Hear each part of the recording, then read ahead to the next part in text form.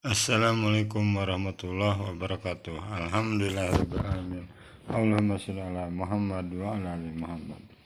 Sahabat-sahabat channel Nasihat Islam. Insyaallah dalam kali ini kita akan membacakan tausiah dari Syekh Ali Jabir ya. Semoga bermanfaat dan kita bisa mendapatkan ilmu dan bisa mengamalkannya. Sebab sholat tidak diterima oleh Allah Subhanahu wa Ta'ala ya. Jadi menghadap hanya fisik dan badannya. Mari kita bacakan selengkapnya. Portal Jember ya. Dikutip dari portal Jember.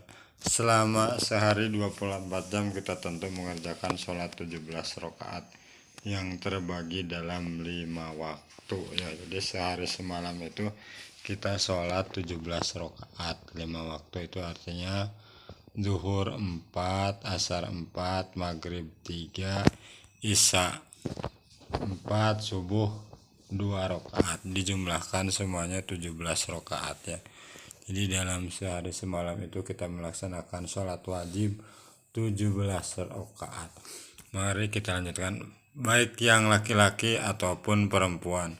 Bagi yang sudah balik, maka hukumnya melaksanakan perintah sholat adalah wajib dan berdosa jika ditinggalkannya, dan berdosa hingga bisa jadi musyrik serta kafir na'udzubillah apabila sengaja ditinggalkannya.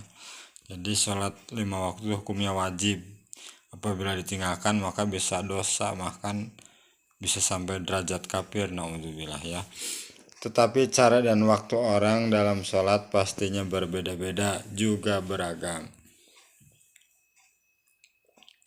Ada yang suka cepat, ada yang biasa saja, ada yang lambat, ada yang tenang, ada yang suka tepat waktu saat azan langsung sholat, ada yang menunggu waktu istirahat kantor dan lain sebagainya.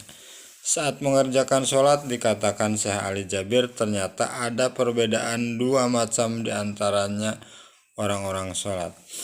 Dikatakan Syekh Ali Jabir ternyata ada perbedaan 2 macam di antara orang-orang sholat. Entah itu sholat sendiri atau berjamaah, terutama yang berjamaah ya.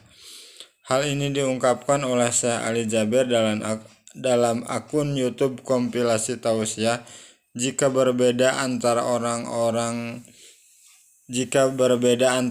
yang hanya kerjakan sholat untuk melunaskan kewajibannya dengan orang yang memang benar-benar mendirikan waktu sholat. Beda artinya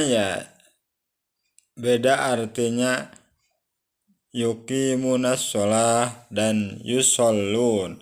Ada orang hanya mengerjakan sholat, tapi ada orang yang mendirikan sholat. Jadi ada yang disebut yuqimunas sholah artinya mengerjakan sholat, dan yusollun, pokoknya ada yang mengerjakan sholat tapi ada juga yang mendirikan sholat ya. Yuqimunas sholah berarti mendirikan sholat ya. Kata Syekh Ali Jabir, jika biasanya kita sholat berjamaah selalu mengikuti apa yang diucapkan dan dilakukan imam, maka setiap makmum yang berjamaah belum tentu diterima sholatnya.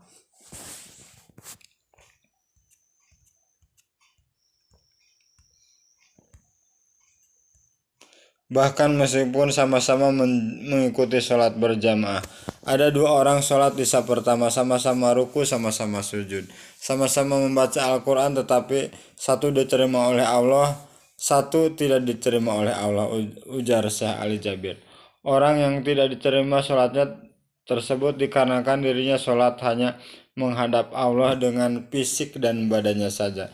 Sedangkan orang yang sholatnya diterima oleh Allah Subhanahu wa Ta'ala adalah orang yang melaksanakan sholat dengan hatinya, benar-benar tenang saat mengikuti imam dan melakukannya. Jadi ini alasan kenapa tidak diterima itu karena hanya mungkin sekedar menjalankan kewajiban, kata bahasanya, hanya sekedar menggugurkan kewajiban, hanya sekedar fisik dan badannya ya, tidak dengan hatinya ya.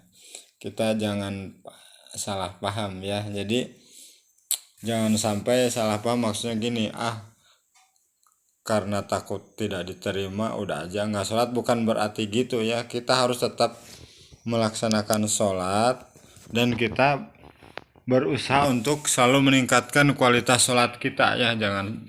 Jangan sampai ditinggalkan ya. Jadi kita tetap harus melaksanakan sholat dan terus menerus kita memperbaiki agar kualitas sholat kita menjadi lebih baik ya.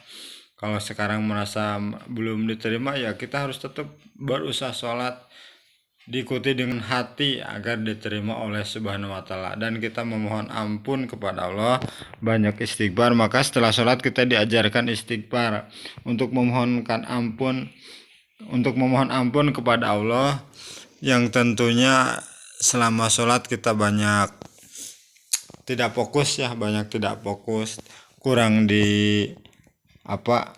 diikuti dengan hati. Jadi kita mohon ampun kepada Allah, terus kita memperbaiki sholat kita dan memohon pertolongan kepada Allah agar sholat kita itu diperbaiki, karena pada dasarnya kita itu lemah, tidak ada daya dan upaya kecuali dengan pertolongan Allah ya. Mari kita teruskan. Apa persoalannya? Karena satu menghadap Allah dengan hati dan satu menghadap Allah dengan fisiknya, itu perbedaannya ya. Yang diterima yaitu tentunya yang menghadap Allah dengan hati, yang tidak diterima itu yang hanya fisiknya saja ya. Tak heran jika orang sholatnya dengan hati, sholatnya terasa nikmat ya. Jadi orang yang melaksanakan sholat dengan hati, sholatnya terasa nikmat dan tenang saat membaca setiap ayat dan atau lafaz sholat. Sangat berbeda dengan orang yang sholat hanya menyediakan badan atau fisik. Pasti tidak akan tenang saat melakukan dan terburu-buru akan satu hal atau pekerjaan yang lain ya.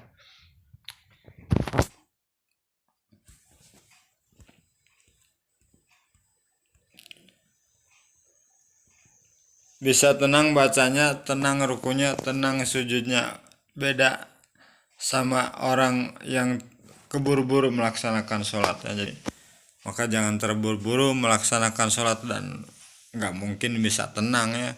Tenang hatinya, tenang bacaannya kalau kita terburu-buru melaksanakan sholat. Jangan tergesa-gesa, jangan terburu-buru ya. Hal-hal seperti terburu-buru dalam sholat, membaca setiap ayat dan kalimat dengan cepat yang membuat sholat terasa tidak nikmat hingga tak dapat diterima oleh Allah Subhanahu wa Ta'ala. Jadi membaca, jadi bukan hanya gerakan, juga bacaan juga tenang, satu persatu ayat kita baca, kita resapi ya. Jangan terburu-buru, jangan tipapaletot kata bahasa Sunda ya. Itu semoga sholat kita diterima oleh Allah Subhanahu wa Ta'ala, dan kita memohon kepada Allah sholat yang kita laksanakan secara tidak baik, tidak fokus, tidak dibarengi dengan hati, semoga Allah mengampuninya ya, mengampuni kita semua. Dan semoga Allah, kita mohon kepada Allah langsung agar memperbaiki sholat kita ke depannya. Semoga bermanfaat. Mohon maaf atas segala kekurangannya. Billahi taufiq wal hidayah. Assalamualaikum warahmatullahi wabarakatuh.